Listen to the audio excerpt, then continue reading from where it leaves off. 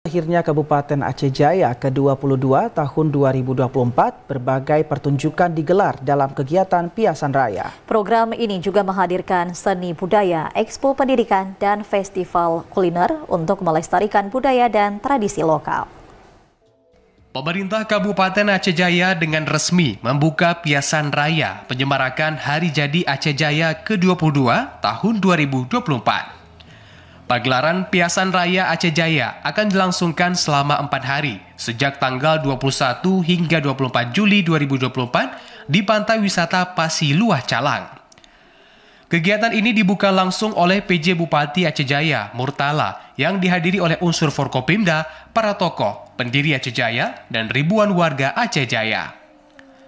Piasan Raya HUT Kabupaten Aceh Jaya ke-22 tahun 2024 mengangkat tema Aceh Jaya Mesyuhu Ngon Mulia, Memesampo Tabangun Marwah dengan tujuan mempromosikan kekayaan budaya, produk UMKM, serta potensi wisata Aceh Jaya. Dalam piasan ini nantinya akan menampilkan berbagai pertunjukan seperti pameran produk lokal, pertunjukan seni tradisional, lomba masak makanan khas Aceh, dan berbagai permainan rakyat sebagai upaya melestarikan budaya dan tradisi lokal sehingga menarik minat wisatawan lokal maupun mancanegara. Selain itu, juga akan ada bazar kuliner yang menyajikan beragam makanan dan minuman khas daerah yang siap memanjakan lidah para pengunjung. Penjabat Bupati Aceh Jaya, Murtala, mengatakan, menurutnya, Piasan Raya yang digelar oleh pemerintah ini bisa menjadi peluang generasi muda untuk menampilkan berbagai kreativitas, baik di bidang seni, budaya, maupun produk UMKM untuk ditampilkan kepada masyarakat. Program ini juga menarik antusias warga untuk memeriahkan Piasan Raya di Hari Jadi Aceh Jaya ke-22.